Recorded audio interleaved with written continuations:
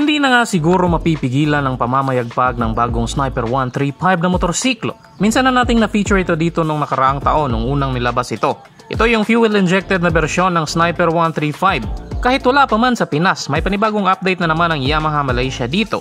Yun nga lang, sa bagong update nila ngayong taon, tila mukhang na-confirm na natin na malabo pa sa sabaw ng pusit ang paglapag nito ng Pilipinas. Pag-uusapan natin yan dito sa video.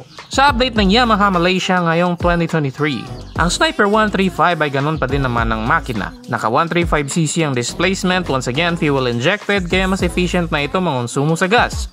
As per Yamaha Malaysia, meron na itong 7% fuel efficiency or improvement sa pangungonsumo, sabi ng kanilang mga expert engineers. Semi-automatic nga pala ito na mayroong 4-speed power distribution. Sa madaling salita, wala itong clutch pero may kambyada na aabot ng kwarta o 4th gear.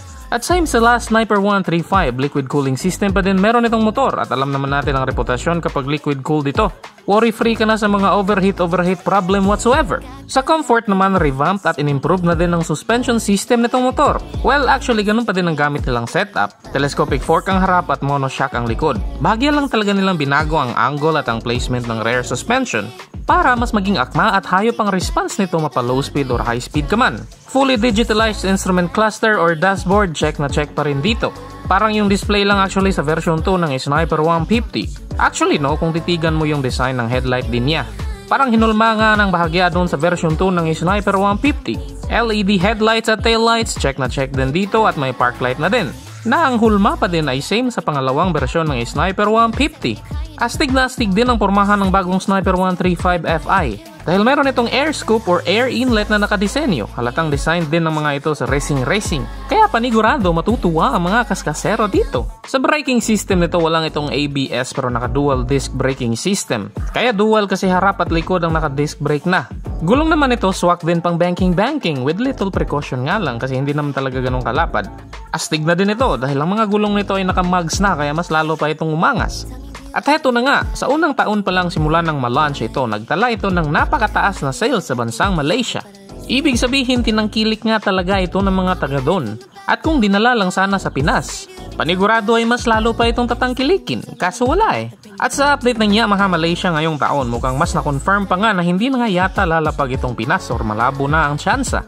May mga bagong kulay silang inintroduce sa taong ito, merong red, blue at gray na ang aastig. At heto na ang isa pang update na sinasabi kong nag-confirm pa nga na pang Malaysia na lang talaga yata itong motor. Pero bago tayo dumako dyan, share ko muna sa inyo itong online game na pwede mo pagkakitaan. Ito ang Neverland Game.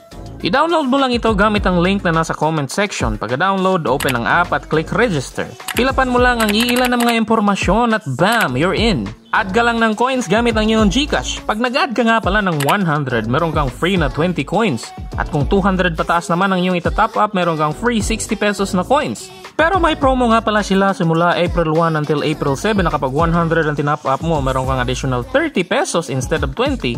At 70 pesos naman instead of 60 kapag 200 pataas ang iyong tinop up sa iyong GCash.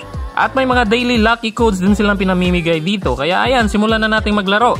Marami kapag pipilian dito. Example, itong flip coin. Subukan natin ito. Starting na pera natin is 10 pesos dahil ito yung free coin kapag nag-sign up ka.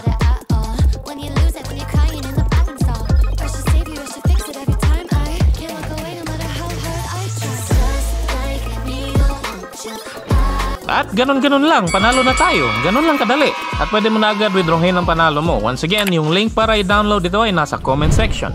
At heto na nga, going back, ba't ko nga ba nasabing pang Malaysia lang ang Sniper 135 Fi? Paano ba kasi ginawan sila ng Yamaha Malaysia ng dedicated design? Ito, bagong kulay ito ng Sniper 135 na fresh pa dahil kahapon lang ito nilabas ng Yamaha Malaysia. May tema ito na taglay ang mga kulay ng flag ng Malaysia. Para bagang pahiwatig ito na dedicated for Malaysia lang talaga ang Sniper 135 Fi. Nakakalungkot pero mukha ngayon na ang kasagutan kung bakit malabo malapag sa Pinas ito. Sa likod ng katotohanan na meron naman tayong maraming Sniper 135 dito noon. Pero ang opinion naman na yan guys ay galing sa akin kasi alam nyo naman may pagka-sad boy at feeling victim tayo minsan kaya possible pa ito magbago. So dasal-dasal na lang tayo kasi malay nyo, malay ko Malaysia. I mean Pilipinas na ang susunod na paglalapagan nito, sana. Sabay-sabay na lang nating paringgan si Yamaha na baka naman Yamaha. Buti pa itong bagong Sniper 155 VVA motorsiklo, may mga bagong kulay na. Itong nasa screen na video, at di umano mas malaki pa daw ang tsansa na ilapag itong Pinas. Pwede mo i-click yan para panoorin. Maraming salamat!